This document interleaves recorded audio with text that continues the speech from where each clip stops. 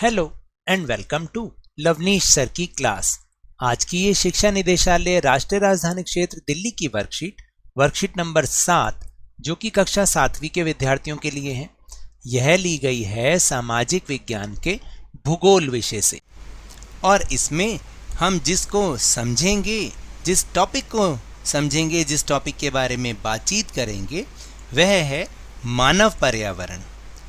तो अभी तक तो हम पर्यावरण के बारे में पढ़ रहे थे और हम ये जान रहे थे कि पर्यावरण में विभिन्न परतें हैं और जैसे स्थल मंडल, जल मंडल, है ना। हमने पिछले वर्कशीट्स में इसके बारे में पढ़ा ही है। लेकिन आज जो हम समझ रहे हैं वह है मानव पर्यावरण। यानी पर्यावरण से तो हम सब परिचित हैं कि जो भी हमारे चारों तरफ, चाहे वो कोई वस्तु है, चाहे वो कोई व्यक्ति है, चाहे कुछ भी है, जो हमारे चारों तरफ है वही पर्यावरण है। और मनुष्य इस पर्यावरण के साथ पारस्परिक क्रिया करता ही रहता है। तो चलिए शुरुआत करते हैं मेरे साथ और वर्कशीट को समझने का प्रयास करते हैं कि मनुष्य पर्यावरण के साथ पारस्परिक क्रिया करता है और अपनी आवश्यकता के अनुसार इसे बदलता है। यानी मनुष्य अपने पर्यावरण के साथ कोई ना कोई क्रिया करता रहता है, यानी उससे जुड़ा हुआ है। और जैसे जैसे उसकी आवश्यकताएं बदलती जाती हैं वैसे वैसे उन्हीं के अनुसार वो अपने इस पर्यावरण को भी बदलता जाता है। जैसे इसका एक बहुत बढ़िया एग्जाम्पल है कि अभी आप लोग स्टूडेंट हैं। अभी आपके लिए पर्यावरण क्या है? आपके जितने भी फ्रेंड्स हैं, आपके जितने टीचर्स हैं, या वो जो स्कूल की बिल्डिंग है, वही आपके लिए पर्यावरण है। लेकिन जैसे जैसे आप बड़े होंगे तब आपकी ज़रूरतों के हिसाब से ये पर्यावरण चेंज होता रहेगा। यानी हो सकता है कि जब आप इस स्कूल से निकलेंगे तो जहाँ पर जाएंगे उन लोगों से दोस्ती करेंगे या दूसरे जिन भी लोगों से संपर्क करेंगे वही आपका पर्यावरण बन जाएगा।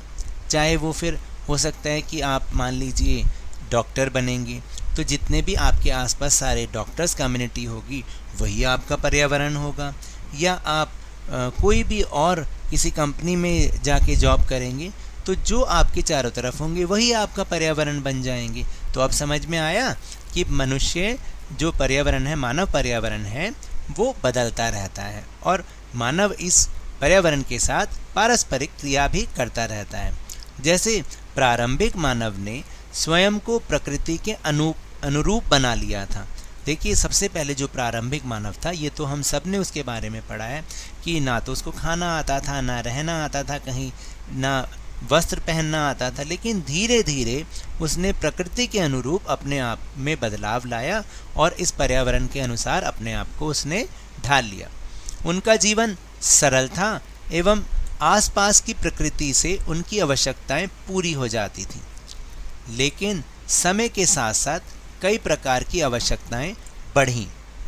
मानव ने पर्यावरण के उपयोग और उसमें परिवर्तन करने के कई तरीके सीख लिए। तो देखा आपने किस तरह से मानव अपने पर्यावरण के साथ पारस्परिक क्रिया करते हुए उसको बदलता रहता है, उसमें बदलाव लाता रहता है। जैसे उसने फसल उगाना, पशु पालना एवं स्थायी जीवन जीना सीख लिया। उसने अपनी आवश्यकताओं से अधिक चीज़ों का उत्पादन या उन्हें बनाना शुरू कर दिया और उन चीज़ों का व्यापार करना भी शुरू कर दिया। तो देखा कि जिस मानव को ना तो भोजन बनाना आता था, ना कपड़े पहनने आते थे, ना एक जगह स्थायी जीवन वो व्यतीत करता था, लेकिन समय के साथ साथ उसने अपने इस पर्यावरण में परिवर्तन करते हुए धीरे धीरे फसल उगाना भी सीख लिया, पशु पालना भी सीख लिया और यहाँ तक कि एक जगह रुककर जीना भी सीख लिया। और धीरे धीरे वह पहले तो केवल इतनी ही चीज़ें बनाता था जितनी उसको आवश्यकता होती थी, लेकिन धीरे धीरे उसने अपनी आवश्यकताओं से अधिक चीज़ों का भी उत्पादन करना या उनको बनाना शुरू कर दिया और फिर व्यापार भी करना शुरू कर दिया। तो यही है मानव पर्यावरण। यहाँ पर पिक्चर्स के माध्यम से एक बहुत ही बढ़िया एग्जाम्पल दिया गया है जिसमें यह दर्शाया गया है कि किस तरह से मानव अपने पर्यावरण में निरंतर बदलाव करता रहता है। जैसे देखिए, जो सबसे पहला चित्र है इसमें एक आदमी कुछ वस्तुएं दे रहा है और दूसरा आदमी उसके बदले वस्तु उसको दे रहा है। तो इसको हम कहते हैं वस्तु विनिमय प्रणाली, यानी वस्तु के बदले में वस्तु देना। यानी पहले क्या होता था कि रुपए पैसे तो होते नहीं थे, मुद्रा तो होती नहीं थी, तो एक व्यक्ति अपनी एक वस्तु के बदले किसी दूसरे व्यक्ति से उसकी वस्तु ले लेता था। तो यह अदला बदली, वस्तुओं की अदला बदली का व्यापार होता था जिसमें धन का प्रयोग नहीं होता। मैंने अभी आपको बताया कि उसमें मुद्रा नहीं प्रयोग होती थी वस्तु के बदले, बल्कि वस्तु दी जाती थी। तो इसको हम वस्तु विनिमय प्रणाली कहते हैं। फिर धीरे धीरे समय बीता तो मुद्रा के आने से वस्तु विनिमय प्रणाली की समस्याएं भी दूर हो गई। यानी अब हमें किसी भी ऐसे व्यक्ति को नहीं ढूंढना पड़ता था जिसे हमारी चीज़ की ज़रूरत हो और हमें उसकी चीज़ की ज़रूरत हो। अब तो मुद्रा आ गई थी, जब मर्जी जो कुछ भी खरीदा जा सकता था। फिर जैसे जैसे समय और बदला, अब आजकल तो क्या हुआ, जो प्लास्टिक मनी कौन सी होती है, जैसे डेबिट कार्ड, क्रेडिट कार्ड, ये सब प्लास्टिक मनी कहलाते हैं। और ऑनलाइन मनी ट्रांसफ़र का भी उपयोग किया जाता है। और अब आप देखिए ना, अब कोई एक दूसरे को पैसे देने के लिए राज़ी नहीं है, बल्कि यूँ कह देते हैं कि यार मैं तो तेरे अकाउंट में ट्रांसफ़र कर दूँगा। तो धीरे धीरे ये परिवर्तन आता जा रहा है। या हमें कोई भी ऑनलाइन शॉपिंग करनी हो तो हम तुरंत क्या करते हैं कि अपने घर से ही इन डेबिट कार्ड, क्रेडिट कार्ड का यूज़ करते हुए ये पैसा उसको व्यापारी को दे देते हैं और वो हमें चीज़ दे देता है। तो धीरे धीरे इस तरह से मानव अपने पर्यावरण में निरंतर बदलाव करता रहता है। फिर है कि मानव ने अन्य लोगों के संपर्क में आना शुरू कर दिया और अपनी सुविधा और विभिन्न उद्देश्यों के लिए उसने खुद का एक वातावरण बनाया। निम्न चित्र मानव पर्यावरण के कुछ उदाहरण दिखाता है। तो अभी हम कुछ चित्र देखेंगे जिसमें ये बताया गया है कि ये सारे के सारे मानव के पर्यावरण के अंग होते हैं। देखिए, यह है मानव पर्यावरण और जो उसके पर्यावरण के अंग है, यानी निरंतर मानव अपने पर्यावरण को बदलता रहता है। तो ये उसके पर्यावरण के कुछ उदाहरण हैं। जैसे सबसे पहले लिखा है राजनीतिक स्थिति, यानी उसका पर्यावरण क्या है, सरकार से भी वो जुड़ा हुआ है, वो भी तो उसका पर्यावरण है। सरकार की सब नीतियों को उनका पालन करना, या जो भी उनके आदेश होते हैं, जो भी योजनाएं होती हैं, उनका वो फ़ायदा उठाता है, तो ये भी उसका एक पर्यावरण है। इसी तरह व्यक्ति के रूप में बहुत सारे व्यक्ति के रूप में उसके पर्यावरण होते हैं, जैसे डॉक्टर्स, जैसे इंजीनियर्स, जैसे टीचर्स। इस तरीके से ये मानव के पर्यावरण होते हैं, बहुत सारे व्यक्ति। इसी तरह जो परिवार भी तो उसका एक पर्यावरण का ही भाग है, जो उसके चारों तरफ होते हैं। जैसे आपके चारों तरफ आपके मम्मी पापा, भाई बहन, दादा दादी, तो ये क्या है, ये आपका पर्यावरण है, ये आपके पर्यावरण के अंग हैं।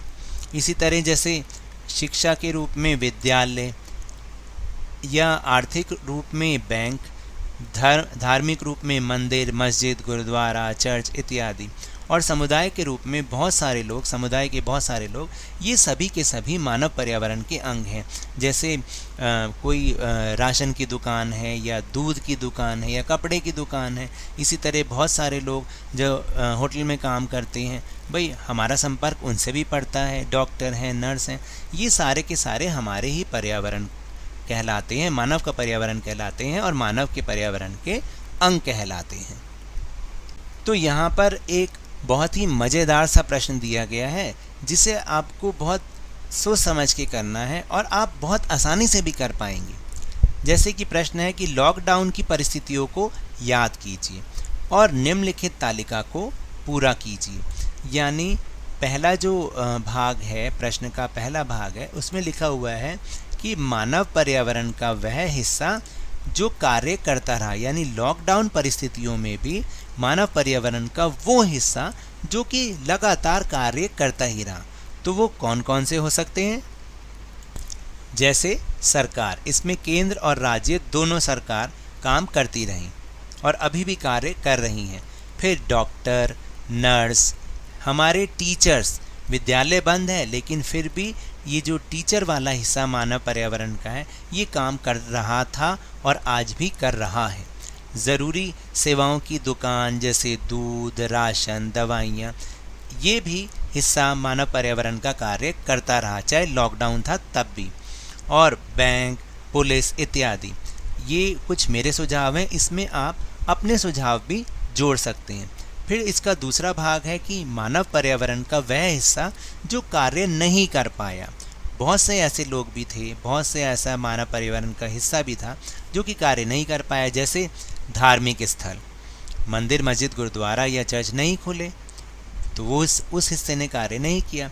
हमारे विद्यालय, इसी तरह परिवार। अब आप कहेंगे कि परिवार कैसे, तो आप देखिए कि परिवार, ये कोरोना वायरस इतना फैला कि परिवार ही दूसरे परिवार से, अपने रिश्तेदारों से मिल ही नहीं पाया। तो इसका मतलब परिवार भी एक ऐसा हिस्सा था जो कि कार्य नहीं कर पाया, बल्कि घर में बंद होके ही रह गया।